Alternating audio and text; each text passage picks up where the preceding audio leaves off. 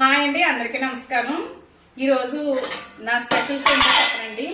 గోంగూర వంకాయ అండి, అలాగే వెన్నపూస వేసుకుని ఆ కాంబినేషన్లో తింటున్నానండి. చాలా బాగుంది. మన ఫామ్ హౌస్ దగ్గర పండించిన వంకాయలు, అలాగే పచ్చిమిరపకాయలు, అలాగే గోంగూర అండి, మామూలు గోంగూర. ఈ రోజు ఆ కర్రీ అయితే వండుకున్నానండి. అలాగే మట్టి కుండలో రైస్ అండి, చూడండి వండుకున్నాను.